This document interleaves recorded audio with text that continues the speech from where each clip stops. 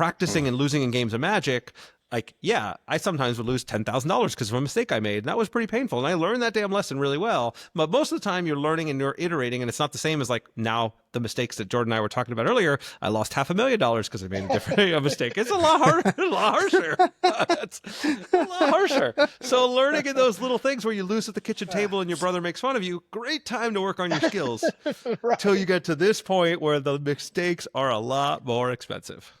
So dream big, kids. Soon, over time, you too will have the opportunity to learn to lose six figures.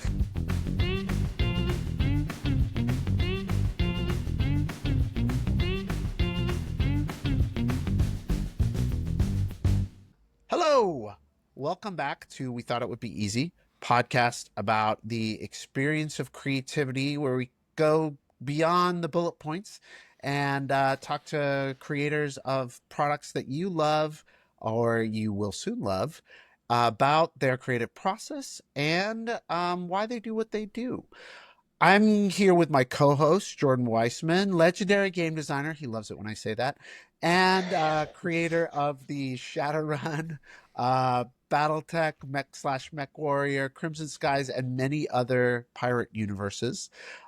Jordan, why don't you take it away and introduce our guests for this week? Thank you, Jonathan. I keep saying legendary is just the insert polite way of saying, and here's my old podcast host, Jordan Weisman. But I've had the pleasure of scheming with today's guest on a number of projects, and every time I walk away impressed and a little jealous of how effortlessly he turns killer mechanics into thriving businesses. From winning Magic championships as a teenager, to building the deck building game Ascension, to his recent Stoneblade Entertainment. Justin Gary never stops exploring what play can become. Justin, welcome to the show, and thanks so much for joining us. Let's dive in to talk about how the hell you make things, and maybe start by providing a little bit better background than I just did for yourself. Yeah, no, that was an amazing introduction. Definitely an honor to be introduced by such a legend as was previously referenced. You're gonna have to grow a gray beard, Justin. So you basically have legend status, but you're lacking the beard. Yeah. Again, I'm starting to get some gray in my hair here, so so we're working on it. We're working on it. So just kind of brief version of my background. As Jordan mentioned, I started off as a player of games, and when I was 17, I won the Magic the Gathering U.S. National Championships as the youngest ever champion there, which suddenly kind of catapulted me into this whole competitive circuit. Traveled on the world, winning a Pro Tour Grand Prix and eventually a World Championships that got me paid my way through college playing this card game, which was basically this wild, crazy, very big divergence of my life and career. And then I still went to law school after that because my parents were lawyers and I was supposed to be a lawyer. And so it took me a while to realize that was not my actual dream for life. It was actually my nightmare. And I was just miserable and about 40 pounds heavier than I am now, and threw my back out from reading, even though I was 24 or something, just miserable. Finally was able to get out of that after some deep soul searching, and then quit law school, moved across the country, started working on games at Upper Deck in San Diego. So leaving New York law school to do summer making games in San Diego. Dramatic life shift, highly recommend. And worked on games for Marvel, the Versus System game with Marvel and DC, created the World of Warcraft miniatures game. And then from there, quit that job, started Stoneblade Entertainment, which at the time was called Gary Games because I didn't have a better name than my own. Had a nice little GG logo. We're going to have to talk about that creative process there. Yeah. So there's a lot. I'll leaving a lot of breadcrumbs here, and then started doing some consulting design work. Worked on Ascension. Was able to launch Ascension. It was exactly 15 years ago, and kind of been off to the races ever since. That's correct. The anniversary. So we'll actually be August 2nd, I think, at Gen Con this year. Will be the exactly 15 years from when I sold the first physical copy of the game. And it's quite wild that we're still making it 17 full standalone expansions later and countless promo cards and mobile versions and VR versions of the game, and just like something I never even dreamed. Like I thought I was being so over the top because I had 3 years of story and game mechanics planned when I launched it, which was like crazy. And I do not recommend anybody like plans that far into the future before you launch a game. It's just too much. And then realizing that I was blew past that and now had to, continue to develop. So I was like, okay, cool, neat. So yeah, very grateful, I very just lucky, learned and that a lot of tough I stuff. share the same birthday with Ascension. Huh, is that right? Well, there you go. Yes. So you're August 15 2nd. also, is that right? Yeah, he's 15. Yeah, he lost his hair really young. Yeah. 15, like, squared or whatever. All right, but hold on. I threw you off track because you've had a whole bunch of really cool stuff you've done since Ascension. So let's dive into that quickly. Yeah. So I mean, I've been able to work on a lot of incredible brands and games. So I've done other deck building games like Shards of Infinity, and worked with toy companies and made games like Bakugan with Spin Master and a bunch of other like a toy based game called Hero 108, and like a whole variety of like partnerships that have been really fun to work on.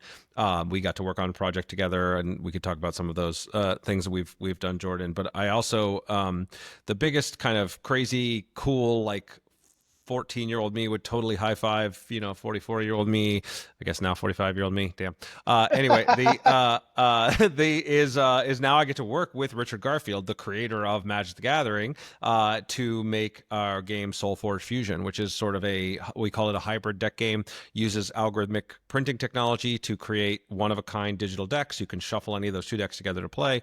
Every one of those can be scanned into an online account, played digitally. Every one of those digital decks can be traded using kind of Web3 blockchain technology as well. So we like took the heart of like the experience that got me into this universe and now have evolved it with new technology that wasn't even available a decade ago. Jordan, you've been a great advisor and support throughout this process, because you and I originally, we really connected. I think the deepest connection I remember was when we were on that panel together for the 50th anniversary of Gen Con, and we started talking through these things. And you have always been an inspiration to me in terms of pushing the boundaries of the technology and like where like sort of the boundary between tabletop and digital, and how do you get the best of both worlds. And it's a challenging space. So I'm sure there's plenty, like it's littered with failed projects across the board from everybody. Littered with many corpses, and some of them are mine. Yes. Yeah. And so it's such an incredibly cool space, right? No one would expect. I mean, I would never have expected 20 years ago that the tabletop game industry would be bigger than it ever was, right? Like that would have just no chance once you see the iPad and the iPhone and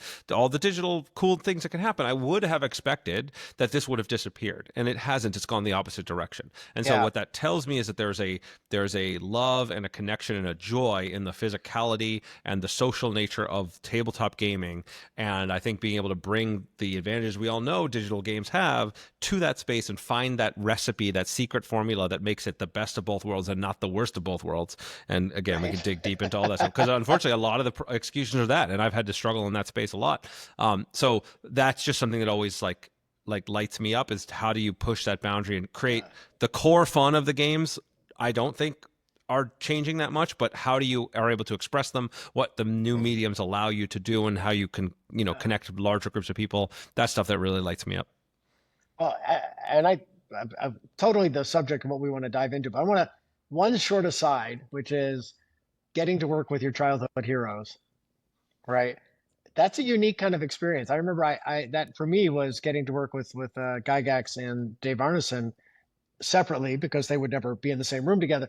But the joy of working with both of them, and the challenges and interesting to me was really a fascinating kind of our early arc in my career. So what's it been like working with Richard? Yeah, it's incredible, and I think like the same. And again, I'm putting you in the same category here. Like you guys built games that I grew up on and fell in love with, and that helped to form like my design ethos. And then to be able to work directly, there's a couple of things that are incredible, right? And I'll speak to Richard kind of first separately, and we could talk. Is that one? From the initial conversation. So let me tell the story of how we got connected, because we had run into each other during my days as a pro player, but hadn't really gotten close. After Ascension released, I was speaking at a PAX Dev conference to just and Richard was giving a talk as well, and so I'm gonna go listen to Richard talk. I'm gonna go at the feet of the master here and go Right, take yeah. notes like everybody else in the room. And then at some point at the end of the talk, there's a Q&A period, and somebody asks him, "Hey, what's your favorite game right now?" And he says, "Ascension, my game." And I'm like, literally jump up and like go woohoo like a kid in a candy store in the room. That's Like incredible. Wow. And everybody laughs. It creates this moment. But that was my in, right? And so after the talk was over, I go up to tell Richard, I introduce myself, and then we go and we start talking, and we talked for 2 to 3 hours, like 2.5 hours after that. And it was clear that we had the same vision of the thing that we wanted to do next, which was the original version of SolForge. And so the thing about being able to work with someone like Richard is that the conversation starts immediately on a super high level. Right. And there was like the ability to just kind of like see where he's at. He's been, and a lot of like things that I would propose, he could immediately reject because he's done it and failed at it before. Right. Which is the main value of like how we got, it's like, oh, okay, here's why that won't work. Oh, okay. Well, how about this? Oh, okay. And now we can start evolving. And so the conversation, unless you like leapfrog several steps that you would have to learn the hard way. And then there's another piece of this. And honestly, you've probably drilled this home to me more than anybody, Jordan, which is that like, the having to have that humility that there's nobody that has the secret answer. Like just because someone is a legend in the industry or has done the X, Y, or Z does not mean that they've got some like secret special sauce that you don't have or can't have. And this is a lesson that really came home to me in particular when I was at Upper Deck and I was working on the World of Warcraft miniatures game.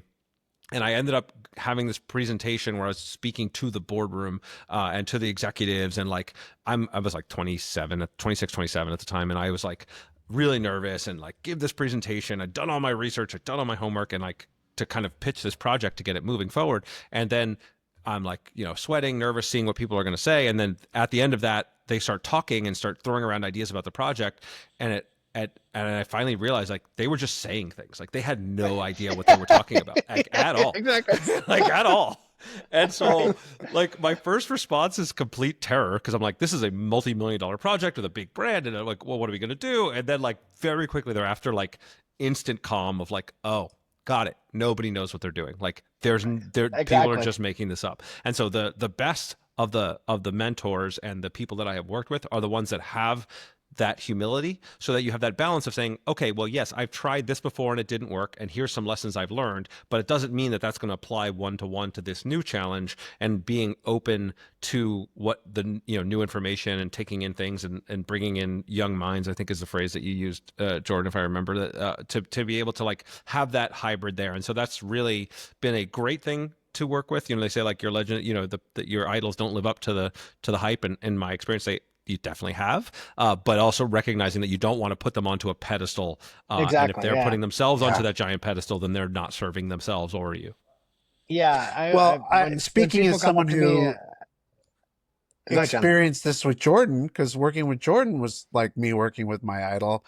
I think the best, great, long-lived creative game designers, like they know how, for lack of a better word, they know how bad at this they can be. And they know, what, they have a good sense of humility about, well, I don't know, we're just figuring this out. But then they also have this like, and I've seen this over and over again, they have this like incredible direction sense when they start to feel the trickle of something that can work.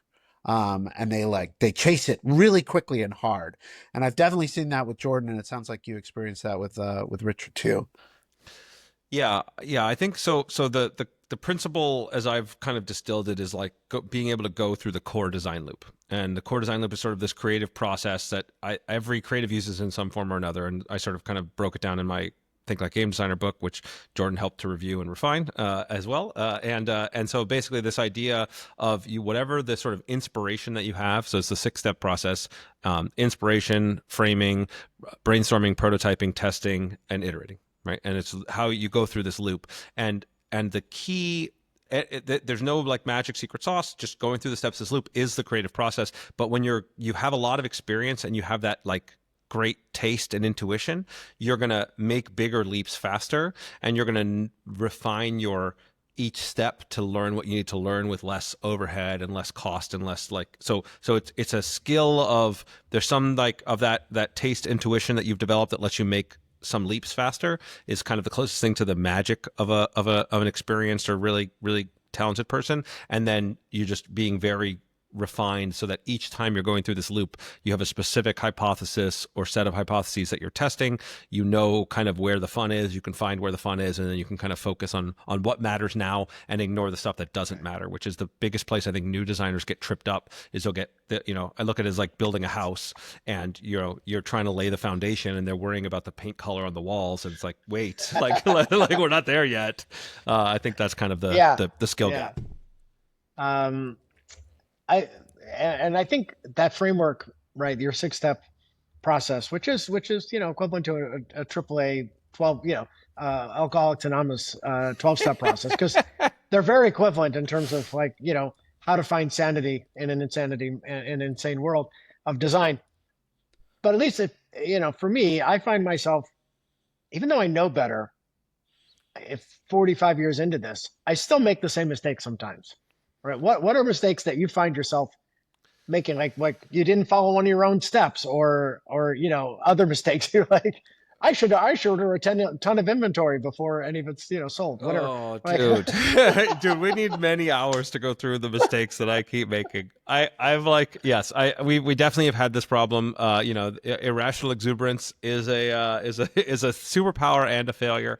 I have definitely over-indexed on stock and overtaken too many risks on projects more often than I care to count. Yeah. I think that I have spent too much time. I try to do a lot of things. I'm very excited about a lot of projects all at once. And so I will very often take on more than I probably should. There's some healthy balance there, but I will instead of just sort of focusing on, I say, no more than 5 things at once, is my kind of rule. I will break that rule. I'll break that rule a fair amount. And then I think that, of the sort of 6-step process, that framing and setting parameters is the one that I will skip the most, and that's one of the most important ones, which is like put yourself in a box, put hard constraints on, and don't and do that early on so that you're not as emotionally invested, right? We've all been in this place where we have a project and we're moving along and it's clearly not working, and we've blown past the barriers and said, hey, if I can't make this to profitable in 6 months, or if I'm gonna have to invest more than X $100,000 or $1 million, or I'm gonna do there are metrics of where the world is trying to tell you this is not working, you need to pivot or change. And so many times, because I didn't set those metrics clearly up front, and sometimes even when I did, I will blow past the reasonable boundaries because I'm so invested in what I'm doing. And I've made this mistake multiple times myself. It's one of my most common ones. And I think there's also an ego component to it, right? Even as though we all try to, reduce that ego as much as we can, it's still there. And it's still, it's hard to admit defeat. And it's, and it's not something I'm used to failing in public. God knows I've been doing that forever, but I don't like losing. I don't like not finishing.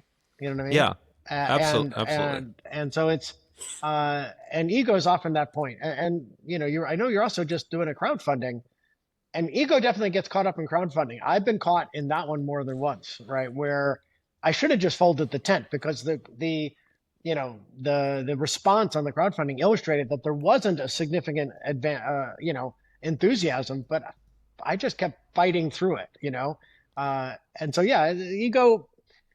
ego's a thing, and not always leads to you have to have enough of an ego to go on and go make something brand new where it didn't exist. That's an active ego to begin with, but then trying to have others who help you assess and realize, no, you're sticking with this for the wrong reason.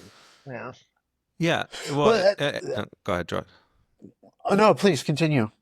I think that this is like the inherent paradox of creation, right? Like you at a certain point have to have an ego to say, I'm going to go make something that nobody's made before and it's going to be a success, right? It takes a level of like confidence, self-delusion, Exactly. whatever you want, right? To go down this road at all. And that's in some sense is a strength and a superpower. And then on the flip side is when you hold on too long and you're clinging to the thing when the world is telling you no, right? And we all have heard these stories where somebody's like, you get rejected 100 times and then 101 time, then you become, to Harry Potter, right, or whatever the frick it is, Right. Right. And so how do you know when the right time is? When this is the time where I just need to push a little further, and I'm just past near the point where this is going to take off, or hey, I'm smashing against a wall. Like, why don't I change directions and try a different path? I don't think there's like an easy answer. Like, I don't know if you found a better like heuristic for that. No, But because I keep screwing it up. So Yeah. I know at least there's not an easy answer I've found. To know when to fold the cards and walk away from the table. It's a really tough one. Yeah, Jonathan, you were going to say. So slightly related to that, because I think this is particularly with you, Justin. This is something that I wonder about. I see people able to do at a high level, and I'm sure that anybody who's a young creator who's looking at this, industry is asking themselves, like. I think about your career. You went and basically were deeply understood games, or trained yourself to deeply understand at least a particular game, a game which is, I think, very foundational for a lot of game designers in a unique way. And I want to dig into that a little more in a second. But then you kind of trained yourself how to build games. Man, where'd you get the balls? because it's astonishing, and Jordan too. This is a good question for you as well. Like it is. I think it's so scary, and then you meet people who've done it not just once but twice, and have reinvented themselves, and have Jordan, you mentioned, or actually, I think I heard in Elon Lee when he talked about leaving Microsoft Game Studios. Like, you walked away from huge things to go start new big things. Like, where do you get the courage? Seriously. I mean, I'll have a short answer. Let Justin do a much more wise answer. But well, one, to me, there's a special magic in the garage. I mean, as you said, arguably, I walked away with one of the top 3 games in video games, creator director for one of the top 3 platforms. I mean, that's a job people aspire to, and then they live in for as long as you can, because it's it is theoretically the top of the creative pyramid. But it was different than making things yourself, and having unlimited resources was both a boon and a crazy constraint. It was like, so I thrive on that certain magic of a very small handful of people in the garage with a vision to change the world in some small way. And so that's the drug I'm addicted to. So that's why for me it wasn't that hard to walk away from arguably what would have been a pinnacle career job, to go back into the garage and do something new.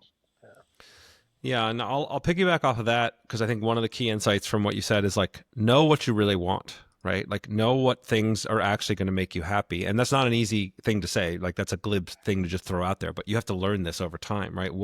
There is a path that is go up the corporate ladder, move to the top of the ranks, be a creative director, be a CEO, be whatever, that may societally say this is what you're supposed to do, but may not actually be the thing that's going to make you happy and fulfilled. And you have to learn that and not get caught into the trap. And I've definitely been in that trap, and that trap brought me to law school. That trap, even when I was at Upper Deck, moved me up the corporate ranks and got me into that boardroom where I realized that nobody knew what they were doing. And then it took me a moment, right? But then, so know what you want, and also know what the right thing to be afraid of is. And what I mean by that is everybody's afraid of failing, right? And failing sucks. I'm not going to pretend like it doesn't suck, but it's not nearly as bad as you think it is when you're heading into it. And what's way worse is the nightmare scenario is that you go to the end of your life and you look back and you realize that you didn't live the life you wanted to live, that you just followed somebody else's path, that you never took a chance. Like, that's a real nightmare. And so I mentioned, when my specific example of like quitting law school to go become a game designer. Like that felt terrifying. I was letting down my family. I was giving up this whole career. But like in reality, if things had gone so terribly at my job at Upper Deck, I could have just gone back to law school. I would have been a year behind, maybe a little bit of money lost, but not a big deal. I would have been right back on track. And my alternative was never trying out to live my dreams. And the same thing was true from quitting what a similar situation was like my dream job at Upper Deck. I was making games for the coolest brands and doing the things, but I wasn't happy with that corporate structure. I wasn't happy working for those people. And I was like, oh, you know what? I'm going to go give it a shot. And I had had enough of a career at that point. And obviously Jordan had in his place. Well, if he had to go back and get another job, he could. If I had to go back and get another job, I could. And so the things that feel like, oh my God, I can't believe you're so bold. You're so brave. You did this thing. The reality is that you could recover from the worst case scenarios there inside of a year, no harm done other than like, you know, a little bit of ego bruise. And the world where you don't take those risks and you don't create the things and you don't put yourself out there is actually the real thing to be afraid of. And so having that balance of like really paying attention to what you actually want and really paying attention to what you should actually be afraid of, I think is where you get the fuel to take these kinds of risks. I think that's really great. really well phrased. And I think that fear of failure is an enormous constraint for people, right? It stops them from taking that risk. And what's interesting to me is when I was younger, I always assumed that fear was primarily financially motivated, right? That they were afraid of the setback that it would be financially to them, and that's why they didn't take the risk. And actually, WizKids was an example, was what made me realize that was wrong. Because when we launched WizKids, which was doing this collectible miniature figurine game, it was a brand new thing, totally risky, no proven market, no proven anything, and yet people left good paying jobs to come and join us, before we really had any proof points, right? So they were taking this very large financial risk on in their careers to do it. Luckily, that all went really well, and then whatever 3 years later or so, there was a new game format I wanted to try. And all these same people were like, oh no, that's too scary. But there would have been zero financial risk, even to the organization. I mean, like it would have been a rounding error, in it because the organization had grown so well. And then it made me realize it wasn't financial. It's purely emotional. When they joined us and we were small, if we failed, it was not going to be big news. No one was going to be like, oh, look at those guys. Those, they fell on their face. But now that we were kind of, a real up and coming company in the industry, if we launched a product and it failed, even if it was financially insignificant, it would have been the equivalent of front page news in our little industry. And it's literally the sophomore album failure from a hit band, right? They put out their good first album and their second album sucks. And I think a lot of times it is because they're afraid. Absolutely.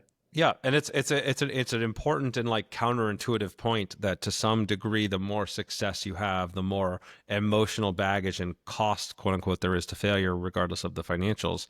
And the kind of correlate to that is for those that are listening that are young in your careir and are just getting started, like now is the best time to take all those risks. You have the least on the line, like swing. There's this, another like version of like the power of broke, like this power of like no stakes, no reputation, no audience. Like there is a counterintuitive strength to being in that position, and it's worth it to take those big swings because you have a lot less on the line, and you can train yourself to do it. They call it the innovator paradox, right? Which is why large companies have such trouble innovating, right? Is because of the risk that, their cost of failure, from a reputational standpoint, is so much higher than the startup's cost of failure, right? And this cost of disruption, right? If they need to do something that disrupts their own market, right, then that is even a harder risk for them to take, which is the role that startups play in the ecosystem, right? But I also want to tie it back to the boardroom example where nobody knows what they're talking about, because I've actually seen this a bunch of my career too. Is like, if you invent something and it works, typically, especially in a creative field, right, it's really hard for anyone to say why it works. I mean, the example I come back to a lot is like match 3, right? Like, why does match 3 work? I don't know, but it works. And yes, you can underpin some of the psychological, underpinnings of it and what makes it fun. But like, if you use those underpinnings by themselves to make something new, it doesn't guarantee that something new is going to be there. So as a creative person, you make something new and it works, suddenly everyone's like, well, that guy knows how to douse for water. He knows how to pick up the stick and find the water underground. Well, if you douse for water a second time and you don't find it, all of a sudden, all those same people who couldn't have even done it the first time are going to be like, that guy's full of crap. He doesn't know how to douse for water. So there is this, like, if you make the magic happen once, I understand especially why people are scared to try to make it happen again. Yeah. Well, and so I think about this like it because this is very real. Like I feel this constantly. I know a lot of other creatives I speak to this feel this. So like how do you best inoculate yourself to this, right? How do you best develop a persona and an ego and a psychology and a culture in your company that helps to resist this? And it's not easy. And honestly, I part of what I did was I started a podcast. Like I actually started just being very open about my process and my failures and making that part of my public persona. And it's actually was super scary to do, but by doing that and by sharing my failures and sharing work in progress in places like this and on my own podcast and other places, it helps to not only did it as it, make people less judgmental of me when I did fail, because I'm very open about not knowing what I'm doing, and it also intended actually to attract more people to me and to the process, because they now get to see behind the curtain, and so they can. Some audiences love to be a part of that, and so it kind of helps as a general like tool, but it also just helps me to like not forget like I am failing all the time. I'm okay with failing all the time. My personal self-worth as a human being is not dependent upon the success of any project I do. And that requires constant reminder, because you will fall back into this trap. We're just programmed to judge ourselves based on various external criteria, and reminding yourself and surrounding yourself with people that will say these messages and help reinforce these messages, restating them yourself, increasing the ratchet pressure on yourself by stating publicly these things is one of the better like peculiar tools I found to help me resist that ego drive and that kind of fear of failure. That's really interesting. Yeah. And while we're there, we should do in the shameless plug scenario. What is that podcast? The podcast is called Think Like a Game Designer, and you can listen to incredible guests like Jordan Weisman talk about their personal failures on the program. It's all. It would be like this, only in reverse, right? Yeah. We just talk flip it. Yeah. We just talk. We invert the conversations. While we're in shameless plug territory, I also have a Substack now, which is justingarydesigns.substack.com, which not only has the podcast, but I also do long form written content. And I've which has been really interesting to dive. I'm particularly interested in AI and how it's impacting development and how we kind of navigate the ethical and practical like new future and foundation of things, which is I think fascinating, and again like a high leverage point for new designers and people with small teams or no teams to create far more than they could have imagined before. Signing up. Yeah. So I do want to come back to. I actually want to come back to like being put a pin in for a second in like the openness that you're embracing there, because I also want to talk. I want to kind of leverage that to talk about some of the funding directions that I know you're like literally just starting on right now. But I do want to call back, because it's just sticking in my brain, to this Magic the Gathering to game developer pipeline, which I think is unique in the space of like game development. Is for whatever reason I've met a ton of game pros in my life, people who are like pro arcade players or StarCraft pros, and there's nothing not even close, not even in the same magnitude, that has informed game development like Magic the Gathering. And I'll just seed this with one quick personal anecdote. I joined Zynga right at the end of the Farmville era, right when they had Farmville had kind of peaked and it was still making a ton of money, and they were sort of looking at like what else to get into. And the number, it was like Zynga only wanted to hire people who had formed their own startups, people who had previously, so founders basically, people who, were maybe internally on other social gaming companies, and Magic the Gathering players. You could literally get a job there just by being a top tier Magic the Gathering player, because they had such a great brain trust of people like, Brian Schneider, others who had come on there and just been such like tour de forces. And I've worked with guys like Ben Sek. I don't know if you know any of these Oh names are yeah. familiar to you, These are Justin. good, all good friends of mine who I've worked with extensively and played games with extensively. Yeah.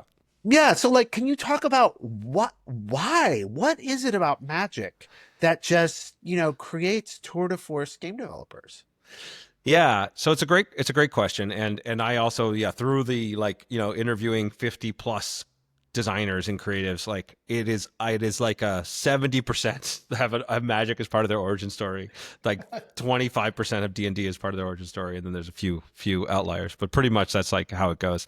And so the thing that I think is great about Magic is a couple of factors. One is, obviously it's a deeply strategic game, so you have to have a pretty good strategic mind to play it. But the fact that it is a collectible game, which means you design the game you're playing as well as playing it, right? To pull from a set of tens of thousands of cards, and craft your deck of 60 cards, requires you to design an experience. And that can be for competitive play because you're trying to break the system and find out what you can make happen and win a pro tour, or it can be for fun play where you're like, hey, I'm going to make an angel deck and see what I could do with angels, or I'm going to try to make this cool combo happen, right? And so you learn that you can craft an experience through design. And then again, even if you're playing in just somebody else's sandbox, which is another thing I think is the best way to learn game design, is to play inside someone else's sandbox and use those tools. So that could be using a game like Magic the Gathering and putting the things together. It could be a game like Dungeons and Dragons where you're crafting an experience within the rules of that. It could be programming in something like Roblox or Fortnite, or where there's mods and Or aspects I you're would tell playing you, with it. Minecraft is the example I always Yeah. use, right? Because Yeah. I think I love the I think I call them the creator games, right? Where the goal you have to create in order to play the game. And I think you're right. Magic, I mean, RPGs had set that up 20, 30 years earlier. But in terms of a non-game mastered experience, I think Magic was really the breakout in that, right? That the core gameplay was a creator process, right? Being able to build and have a vision and then build it out of the building blocks of the game itself.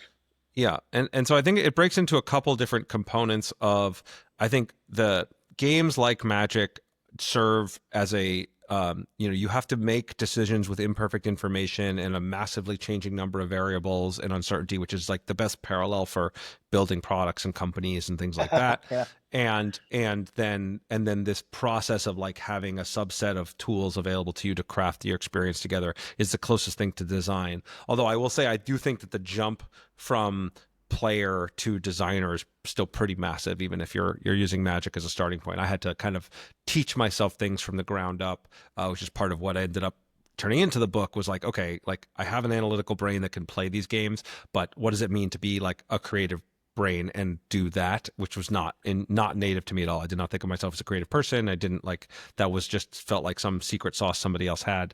But I think Magic players are well equipped to like be able to deduce and kind of break things down into steps and make the right decisions without having all the information in the given moment. Yeah, that's really interesting. I think the angel deck point is really interesting too, because it's, I was a Magic player in the first set, and I remember even back then they had these little threads they started to lay down, right, of like goblins and how goblins could work together, and and then later sets, I think I kind of fell off after about 5 expansions, but later sets, I'm sure, or I'm tangentially aware that they kind of expanded on some of those themes. It's interesting to think both, you engage the product itself engaged people analytically but creatively at the same time. And that maybe is, maybe that's why, I don't know, but it's like it's just fascinating. It's like over and over again you run into people where the way they learned to build games was, yeah, I think your point that it doesn't teach you everything is well made, but it gives you such a crazy strong foundation that it seems like almost nothing else does. Well, Maybe yeah. the other one I would say that's interesting is oh God, what's it called? What's the old MMO, web-based MMO? RuneScape? Is it RuneScape, yeah, RuneQuest. RuneScape. The RuneQuest was the a number tabletop. of That's right. RuneQuest, yeah. The number of people who got their PvP economy start there and then later went on Yeah. to like be really like influential in crypto is crazy. So there's these games that form these like foundations for people, the way people think almost, and then later, grow into careers and stuff like that. Yeah. Yeah, well, so much of this is like this is kind of the Malcolm Gladwell's outliers kind of point. Like if you can early on get your reps in, your 10,000 reps or whatever, your iterations in on something that then ends up becoming more substantial and more impactful down the road, then that can give you that like key piece of the puzzle that lets you, scale up to massive impact later. And like in general, it's not, it's never clear what those things are going to be, when you're early on, right? And that's so for example, so I was one of the top Magic players in the world. Why is that super useful to me today? Like, I don't know. Like, I had a friend who was one of the best Guitar Hero players in the world, and that was really cool, but that turns out that skill did not survive and did not turn into anything useful. I think I got lucky in a lot of ways that the bizarre, peculiar skill I happened to kind of like level up in ended up being useful here. But I also think that like kind of there's a degree of like the way you do one thing is the way you do everything. Like anybody who gets to the top tier of something has developed a skill and shown an ability. It takes hard work, it takes dedication, it takes the ability to like learn from your mistakes. It takes like those are the core skills that are going to cross apply around the world. Like if you look at I haven't done the numbers on this, but from all the people that I know, which is a good chunk of the top like 50 players in the world that were playing Magic in the 90s, like almost all of them are either like running companies, building games, running a hedge fund, doing day trading, like doing something where they're doing, or they've created crypto, whatever. Like they've done something very massively impactful that like manages uncertainty and numbers and managing money and building things. Like they've all done that because you had to get to that level. You had to have those skills and you get to workshop those skills. And this is one of the things I love about games in general is that games are a great way to learn and develop skills in a safe environment, right? Like practicing and losing in games of Magic, like, yeah, I sometimes would lose $10,000 because of a mistake I made. And that was pretty painful. And I learned that damn lesson really well. But most of the time you're learning and you're iterating. And it's not the same as like now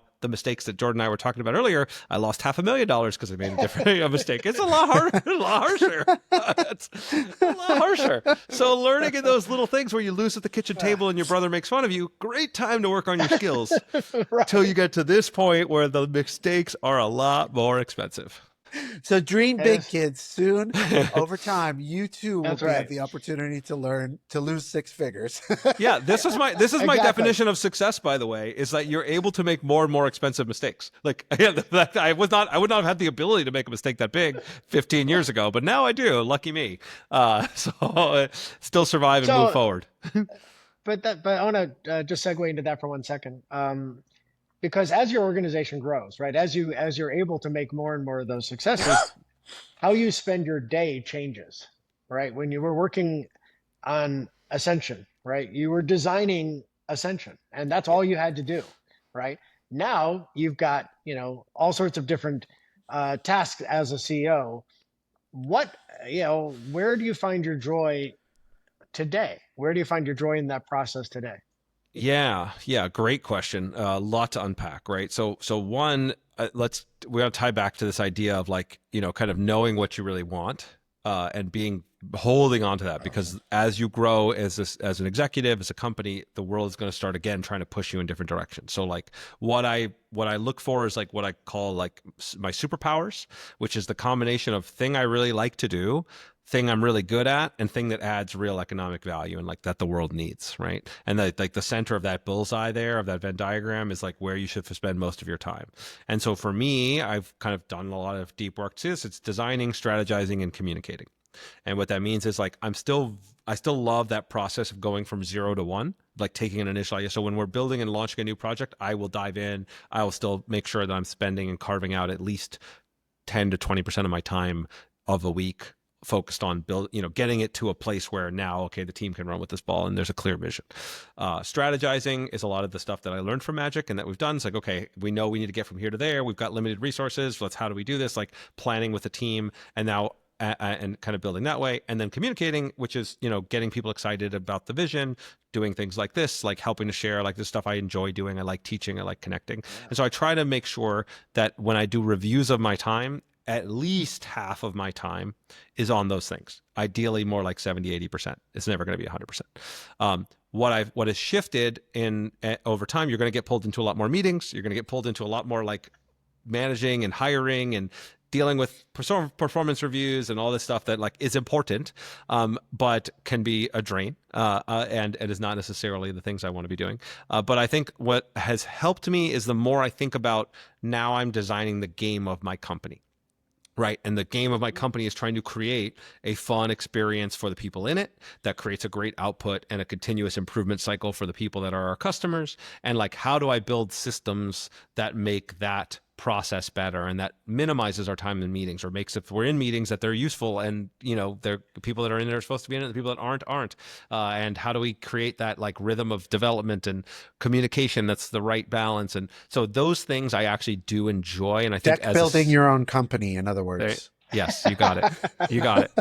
Yeah. I think when you can get that right and view it in the right sort of way, it can be really powerful and really helpful. But you can also get bogged down in a lot of that stuff. And if it takes you away from the product and the customer, I think it's a big mistake. I think you're going to, like, over time, at least for me, that's not where I want to be. And I also think I'm going to be worse as a leader if I'm not at least in the trenches somewhat. Yeah, so, the only thing I would add to that, because I think that was really well phrased, is you have to learn to trust people, because you have to try to find great people, and then you have to trust them to do a good job, because otherwise you can't do your job. And I've so many entrepreneurs, so many people, and it's real, whether you're just building a paper RPG together or you're building a giant company together, it's really the same thing, which is that if you can't divide and conquer, then typically you don't conquer, right? Right. And so you need to be able to not move past the need to micromanage everybody, and to realize that, like, when you see a decision someone else made, if it was not the decision you made, and this is one of the hardest things as a creative manager, is to realize that doesn't necessarily mean it's wrong, right? It may not be the decision you made, but evaluate it from the needs of the product, the needs of the game, the needs of the consumer. And if it checks those boxes, well, then it's a perfectly good answer, and just let it go. Yeah. Well, and to double click on that even more, and I would love to hear more about how you balance this out. But like, sometimes even when you believe the answer is in fact wrong, it's still correct to let it go through, because it lets your team learn that process, and it lets them feel more empowered, because if you come in and you correct them and you shut it down, they are going to learn to be disempowered. They're going to learn to just, okay, well, I'll just go back to Jordan and ask him what he thinks, then I'm not going to bother with this, right? And so especially the worst when word during an improv session is no. Right. You don't say no. Yeah. Because it just shuts everything down. It doesn't let people maybe they're wrong, but they're going to go on a journey to find what's right, as long as you don't, shoot the hostage too early. And Justin, I think the challenge, it's such a natural thing to go, okay, we can't afford the time, or we can't afford the cost of this mistake, so I'm going to correct this. And it's that's your immediate gut reaction, no matter what it is. It's like, oh, we can't afford that. And it's very hard to train yourself that, no, sometimes you have to afford it, right? You have to be able to go, okay, actually we can't afford it, right? We can, this can slip a week, and it's not going to kill us, and it's going to be a good lesson for everybody. But it fights every instinct.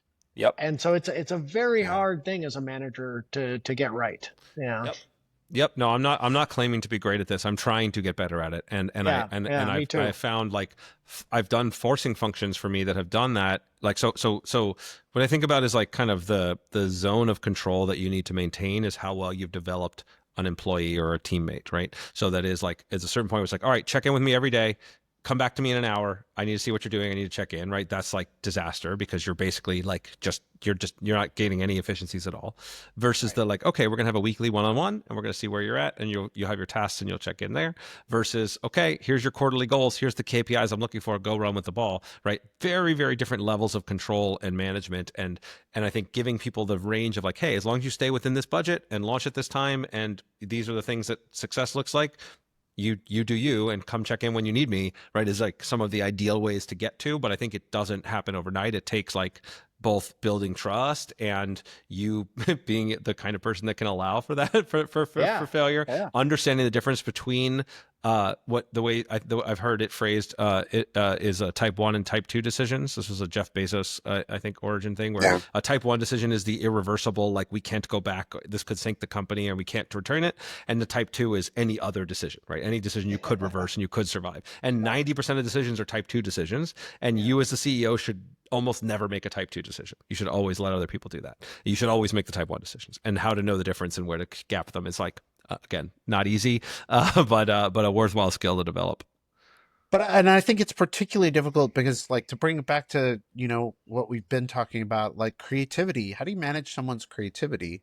It's really hard, right? There are a bunch of inspirations around this for me in my career, like the old school Netflix, whatever it was 15 years ago, HR deck, where they were basically like, really effective people don't like rules and they don't like process because process stops them from making progress. And that's actually what it's there for. Process is there to stop you from making negative progress, but it can also stop you from making positive progress.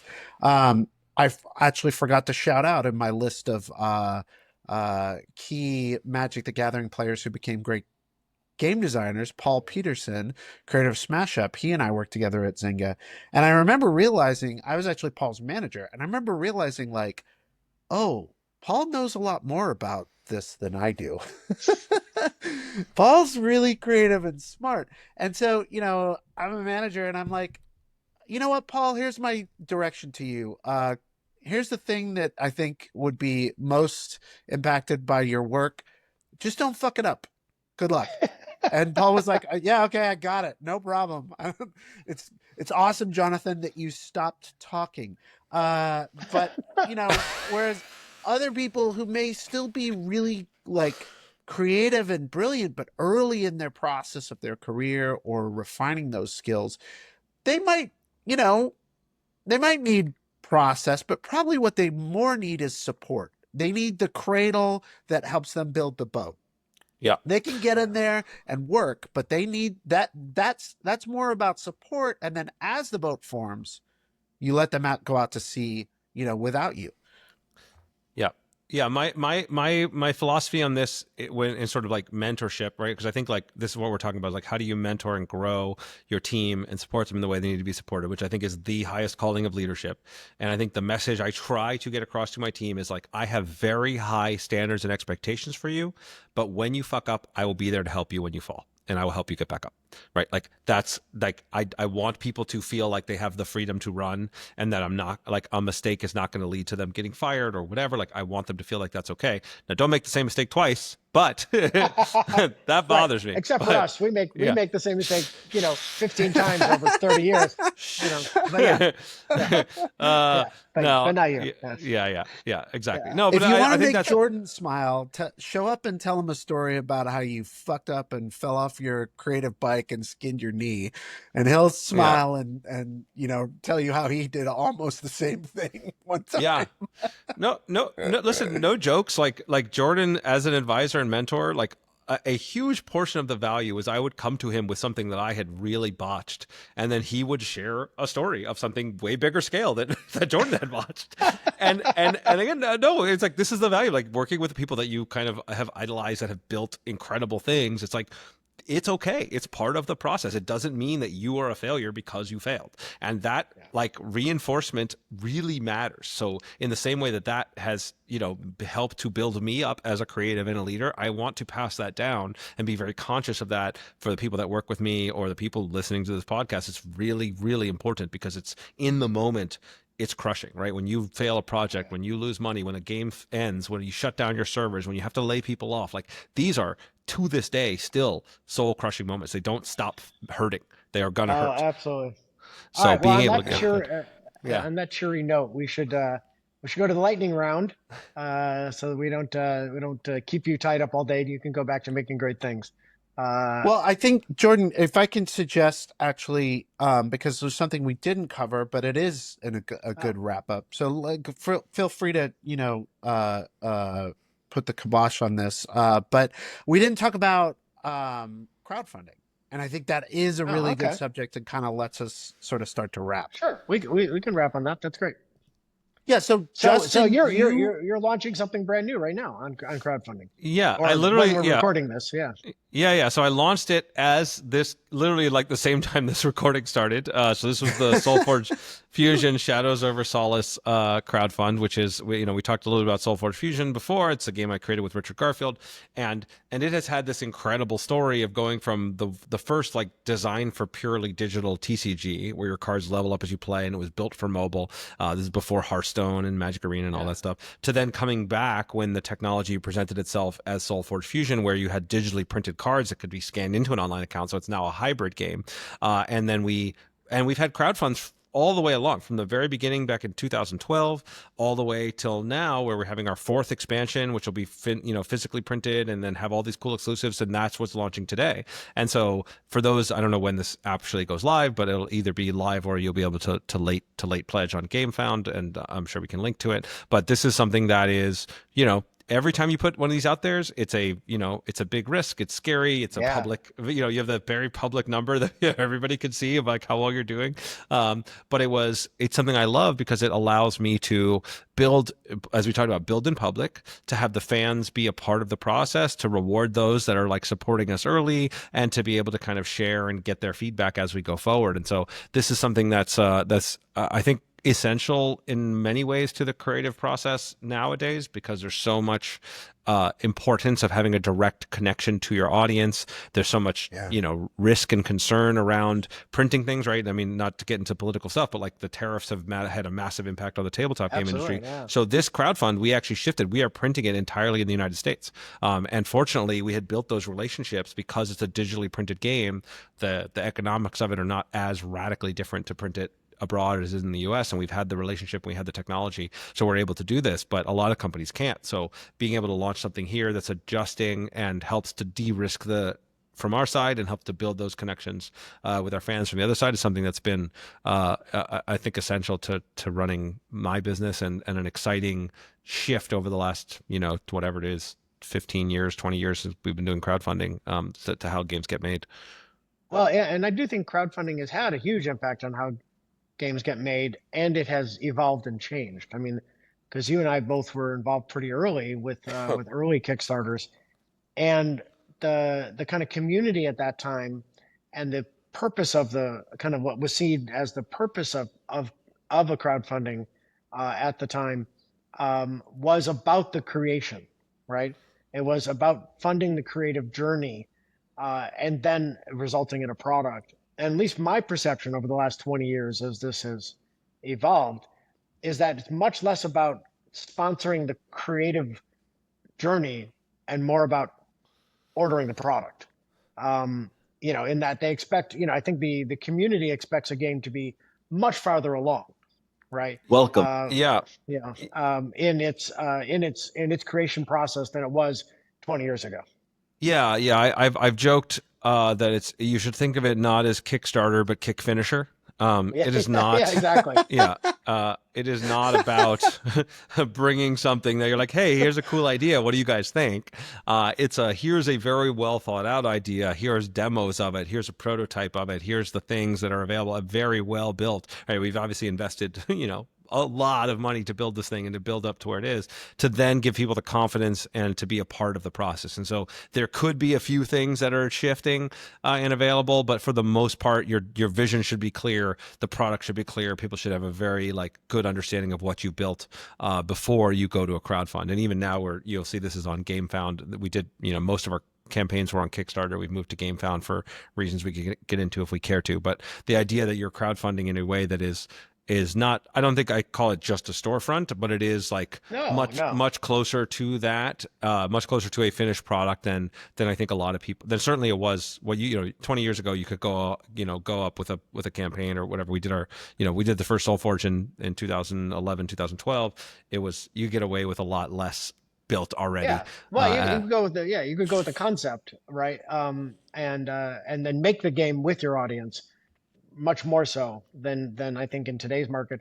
I think the other thing that has changed over that period of time is, before 20 years ago, the crowdfunding could be viewed as a way of gaining awareness for your game and for your brand.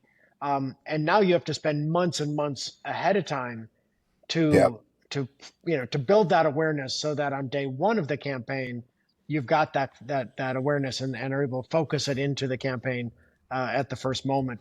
And I think there's still a misconception out there that, I'll go on to GameFound or Kickstarter and I'll build awareness.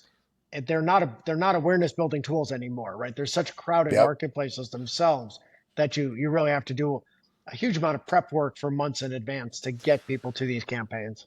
Yeah, that's right. And I think this is the biggest challenge, right? So if we talk about like creating things in general, right? Like it is easier than it's ever been to create stuff. The tools that are available, the cost of production, the volumes you have to produce, that all like so much better than they've ever been before. But the costs of discovery and marketing and building awareness are higher than they've ever been before. It's very, very difficult. And are going to continue to get higher, probably. Yeah. Well, AI is going to, drive creation even more effectively, more efficiently for avoiding any kind of the moral discussion of it, but just the quality and quantity of work created, right? Like the democratization of tools, Photoshop, so on and so forth, right, has already driven so much more ability to create high quality product. This takes that up yet another level. So like more tidal waves of content to try to figure out how to stand out from. Yeah, and this is an area I spent a lot of time thinking about, right? Because again, let's not make this all nightmare scenario. This is actually all good things that are happening, right? The cost to produce is going down. The opportunity to produce is greater for everyone out there. But the natural consequence of that is there's a lot more slop and a lot more in the market that makes it harder to break through. And not just slop, but even great products. There's many great products out there. Right? Exactly. Yeah. And so it's like, okay, well, how do you differentiate? And so I think a lot about this sort of stuff. It's like, okay, well, what do you do? Like, obviously if you have an audience already, great, but a lot of people don't. And even if you do have an audience already, there's no guarantee that you're going to be able to keep their attention and that they're going to come back for your new thing. And so I think that the best answer that I've been able to come up with is, really focus on the things that are uniquely you, right? Like, and part of like that ability to be like, okay, here's something that only I could do. And then a message that only I could, which is a lot about these kinds of things, like sharing your personality, sharing your development process, building something that's like really at its heart, like you have a deep love and expertise around that not other people, if you find that niche that's going to love the same things that you do, or is going to resonate with your personality and your message, that's the thing that AI can't eclipse, at least not yet, right? Or that you can't, that you'll be able to, and so I think for those that are out there that are worried about this sort of thing, it really is like just start to consistently try to add value to the communities that you care about, and as you continue to do that over and over again, you'll find that kind of voice in that area that's like, okay, yes, this is the niche in the space where I can really, that resonates, and I can build an audience through that. And after, you're adding value, then you can start to move to the like, okay, now can I extract from value, or can I make an ask of that audience to then be able to do back my campaign or buy my game or whatever. And the other thing I would just end on is that this is a commercial art, but the art is really still the core of it, right? And if you put the commerce before the art, then you're not creating something that is organically you, that is authentic to you, right? And that you're truly passionate about, because you're trying to chase the commerce rather than create the art. And so I think it's best to start by not worrying about the market, but worrying about, I want to make something great for myself and a community that I'm a member of. And then worry about how the hell you're going to, get it out there. Because once you have that authentically, interesting creation, that's that's the first step, right? And then you start to bring it out to the world. Well, and to circle it back to this, like how hard all this stuff is, right? If you start with a goal of I'm going to make something that's successful in the market and there it's going to make a lot of money, and it doesn't work, you've completely failed. But if you start by saying I'm going to build something that I am proud of, that I'm excited about, that I love, whether it succeeds or doesn't in the marketplace, you've still succeeded. You've still built something that's really cool. So that not only will it make you more likely, in my experience, to actually practically be successful in the marketplace, but you will also be more fulfilled and be able to be more successful in your creative journey, kind of regardless of the outcome. Yeah, Great way to and close. Go ahead. Jonathan. Yeah, for sure. The only thing I was going to add was to just say, I think that for young people getting into this, I don't think I think there are some game designers out there who design completely in a vacuum. I remember talking to Alexei, whose last name I can't pronounce, but the creator of Tetris. Yeah. You were talking about. I was going to say Alexei reported to me at Microsoft. Talk about that one is wacko, right? Yeah, that's awesome. But Alexei told me he was like, we were like, how did you design Tetris? And he was like, well, I went into a room and I went like this. And then I came out with the design, and almost no game designers work that way, right? Like it's you come up with, you're a creative person, you've trained your brain to like find these little hooks when you hear them, and exploit, you douse, to go back to the douse for water example or metaphor, like you sense the water and your brain starts chasing down that path. If you're a young creator, I think it's as important to just be having conversations, like Jordan said, with people who like the things that you like. Be in that community, hear their voices, have those conversations. That's where I see a lot of this moving towards, right? And like Justin, you're doing it already with your podcast and now with your Substack.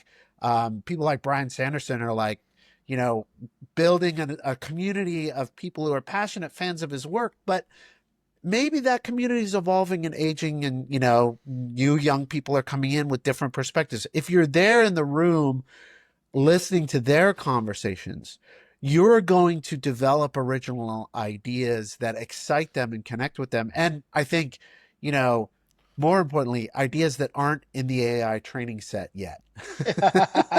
So, the art is important, right? The art is not in the original foundational training for the AI. It's in your brain, and it's in your brain's ability to make these new connections, which, eventually I'm sure AI will get there and we'll have a whole different set of problems. I really do think, and this is one of the articles I wrote about this, but like I think we are in a like 2 to 5 year window, which is the golden age for creatives, because you are able to use these, like the specific intuitions and tastes that you will have as an expert in a field, and as someone who understands a niche and new opportunities. AI is not going to catch up yet, and your ability to create and execute on those ideas and go through the core design loop and iterate and learn is going to be greater than it's ever been. And so, like, if the people who are positioned well for that, there's an incredible opportunity, lots of amazing things that are going to happen. Once we get past that window, a whole other set. We probably need a whole other podcast to talk about, but that is different. But right now I think it is a great time to leverage these tools. Leave that one to the next generation to do that podcast. Yeah. Well, thank you for joining this podcast, and it's really been a pleasure to talk to you and to hear your stories and your process. And I do encourage everybody to take advantage of the other resources that Justin has put together on his podcast and the Substack. There's just great stuff to mine there that's going to help you.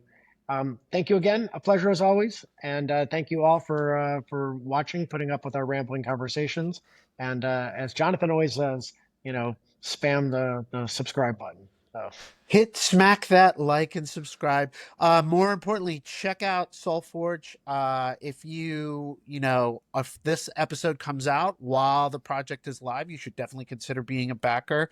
But I'm sure there will be post not Kickstarter. What is it? It's Game Game Found, Found. and we almost certainly will have our Ascension 15th anniversary campaign. Will be coming up soon. You'll be able to follow that's also. awesome. Yes, So that one's going exactly. to be very exciting for anybody that's like from the history of the game / new coming in. We're going to have a lot of really cool stuff there. So come follow, join our communities, or if you want to be part of our community directly, our Discord, you can go from stoneblade.com, and I'm always participating there, and you can chat directly with the team and I, and be a part of the conversation as well. Awesome. All right. Well, thank you Thank you again. so and much, thanks to Justin. everyone. My pleasure. Yeah. Bye. All right.